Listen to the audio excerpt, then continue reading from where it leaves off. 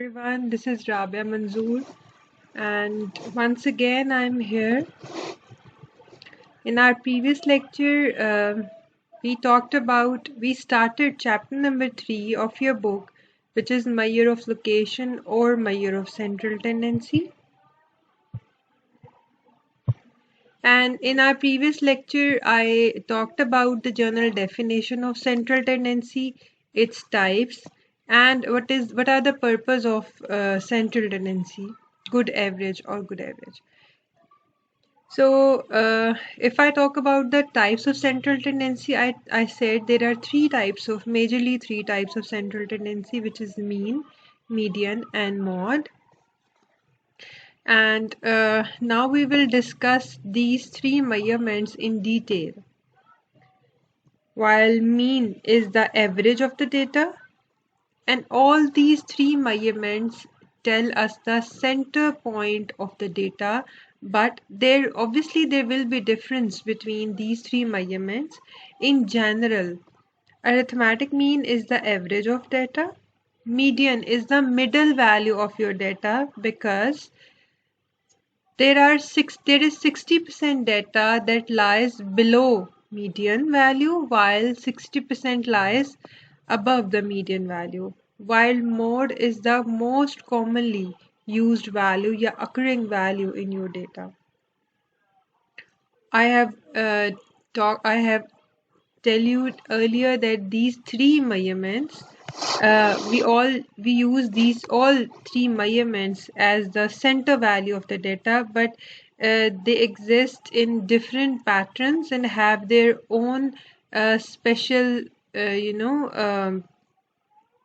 criteria to apply on.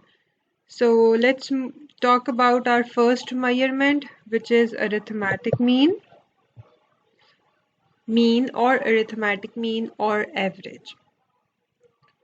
Mean locates at the center of the distribution. It is also known as arithmetic mean. It is most common measure which we used on our data. Right? The mean is simply the sum of the values divided by the total number of items in the set. It is affected by extreme values. It is generally denoted by x bar, while its formula is sum of observations or sum of random variable divided by total number of observations in your data. If I expand this sum, it will be x1 plus x2 up to xn. For example, I have a random variable x who has n values, first value, second value, up to n values. Then arithmetic mean will be the sum of these observations divided by total number of observations. This is the general formula of arithmetic mean. Merits. There are certain merits of arithmetic mean, like it is easy to understand and easy to calculate. It is based upon all the observations that exist in our data. This is a very authentic and an important merit of arithmetic mean because it involves or it engages all the observation that exist in your data and do not miss any observations according to its formula. It is similar to common man and rigidly defined. It is capable of further mathematical treatment. It is affected by sampling fluctuations. Hence, it is more stable. So, I would say this measurement, which is arithmetic mean, is the most stable in all the measurements of central tendency. So, it is commonly used and most authentic. Now, if there are some merits, then there will be some demerits as well. So let's talk about the demerits. It cannot be determined by inspection. Arithmetic mean cannot be used if we are dealing with qualitative characteristics which cannot be measured quantitatively like caste, religion, and sex. So It is generally used on quantitative data. Whether it is discrete or continuous, we use arithmetic mean on quantitative data. It is not very useful for qualitative. Arithmetic mean cannot be obtained if a single observation is missing or lost. So see, this is the demerit, and this is the demerit. If your data is missing or have few values which are not given, the arithmetic mean is not a suitable average in that case. Arithmetic mean is very much affected by extreme values. This is a very important demerit. Like if you have extreme values in your data, like if you have a data between a continuous data between you say a range like from 0 to 50, you have a data in which all the values exist between 0 and 50, and suddenly you see there is a single value or two values that are far beyond that range, like two values are 1050 and the other value is 7000. So you see all the values are between 0 and 50, but there are two values that are on extreme corners like in thousands. So this will affect your average. In this case, arithmetic mean is not a suitable average. So it is affected by extreme values. In that case, we choose some other average. We do not go for arithmetic mean. Let's move to the formula of arithmetic mean. In statistics, I would suggest, if I talk about the formula of the measurement, which is either mean or median or mode, there will be two categories. A formula which is for ungrouped data, a data which is not arranged, which is raw data, and a data which is grouped data. So there will be two formulas in all the measurements for ungrouped data and for grouped data. In this case, arithmetic mean for ungrouped data is only the sum of observations divided by number of observations, which is the actual formula of arithmetic mean, sum of observations divided by total number of observations. And for group data, obviously there will be classes and frequency. There will be addition of another column which is the frequency. So we will consider this frequency, and the formula of arithmetic mean for group data will be sum of fx divided by sum of f. You can write it sum of f or n. Okay, for group data, sum of f is equals to n, total number of observations in your data. So this is the formula for group data.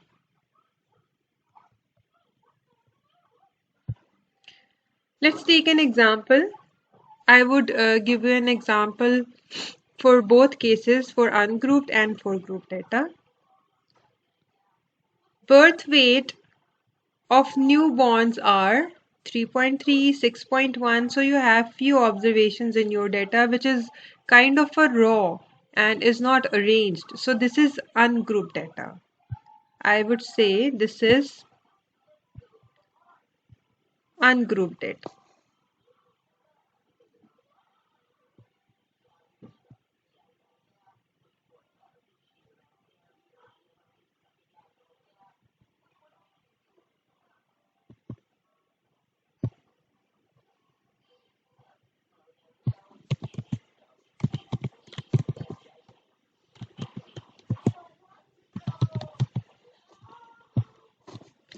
This is an ungrouped data.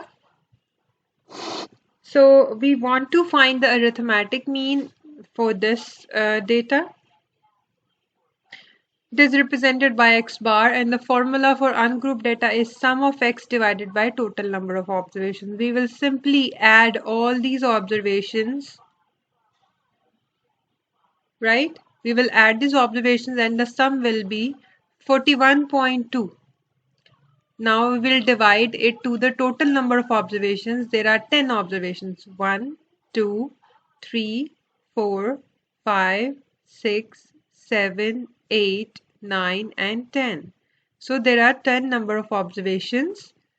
We simply added the observations, which is sum of x.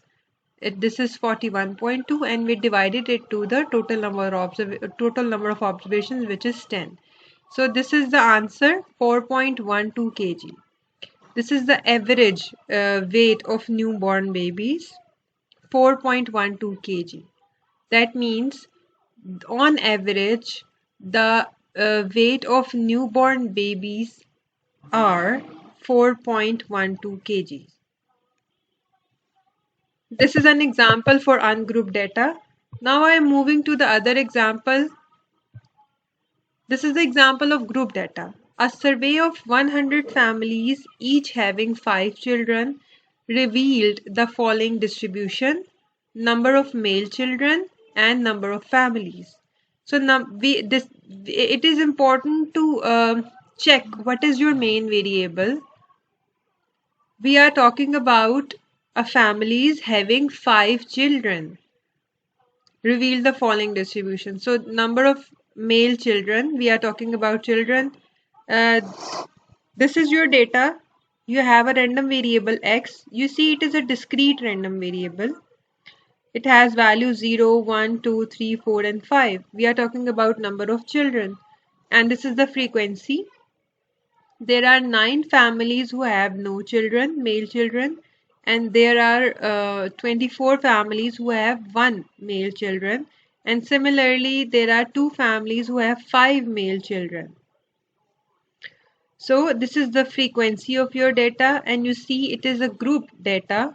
It is a group data, but the nature of random variable is discrete.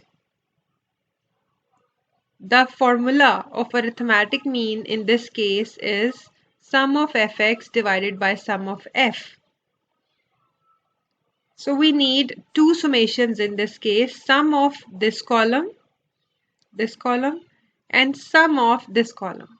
We need two summations. We will just calculate these sums and then we will put these values in this formula and we'll get arithmetic mean. So it is important to calculate fx and f. You see there are no classes in this case because it is a discrete data and we have x and f. Simply we will multiply these two variables, we will calculate fx, we will construct another column of fx, we will multiply 0 into 9, this is 0, 1 into 24 which is 24, and similarly 2 into 35 which is 70. We just calculated fx, column of fx. Sum of fx is 200, you see, sum of fx is 200, and sum of f, you can write it n as well. Sum of f, this is sum of f. This is sum of f, sum of column frequency which is 100. You see, you can write it sum of f or you can write it n. Generally we use small n, but you can use capital N as well. So I have tried to use the most terminologies we generally use to calculate sum of f or sum of frequencies. So we just substituted the values in the formula. X bar is equal to sum of fx column. The sum of fx column is 200 divided by the sum of column f is 100. We just simply divided these values and we get 2. That means on average most of the families have 2 male children. Right? Let's move to another example of continuous data. So there is another kind of data. This is a question which is taken from your book, example number 3.11. Find the mean of the following distribution. It was given in your data, it was given in the question that you have classes and frequency. These two columns were given in your question and the remaining we calculated for our measurement. So you have classes and you have frequency. This is the formula of arithmetic mean. X bar is equals to sum of fx divided by sum of f. Obviously, it is a group data, so we use this formula. Now simply what we need sum of column fx and sum of column f. You see there is no random variable in this question. We have classes and we have f. So in this case, we first calculated the random variable x, which is called the midpoint or central point of your data, central point of your groups, yeah, classes. And how we calculate x? We simply add lower class limit and upper class limit and we divided it by 2. So we simply, to calculate the midpoint of this class, we just added these two numbers 0 and 10 and divided it to 2. And for this we added 10 and 40 and we divided it to 2, that is 25. And similarly we calculated the midpoints by using this formula. Further, we calculated another column which is fx. This is the requirement because we need two summations, fx and f. Sum of x is calculated here, which is 670. This is the sum of column f. And fx means we just multiplied f with column x. That means 40 with 50 and we got 200. And similarly, all the values one by one, we just calculated a column fx. And in the end, we just add them, which is total of 49,975. This is the sum of column fx. Now we just substituted the values in the above formula, which is f of x, sum of fx divided by sum of f. 49975, which is the sum of column fx. We just simply divided it with the sum of f, sum of column frequency, sum of f, and we got 74.58. This is the value of arithmetic mean. I hope all the examples clarified you how we calculate arithmetic mean in case of ungrouped data and in case of group data. The last two examples were the examples of group data and the first one was the example of ungrouped data. Now you can easily solve the questions of your exercise regarding arithmetic mean. Thank you so much for your time. Allah Hafiz.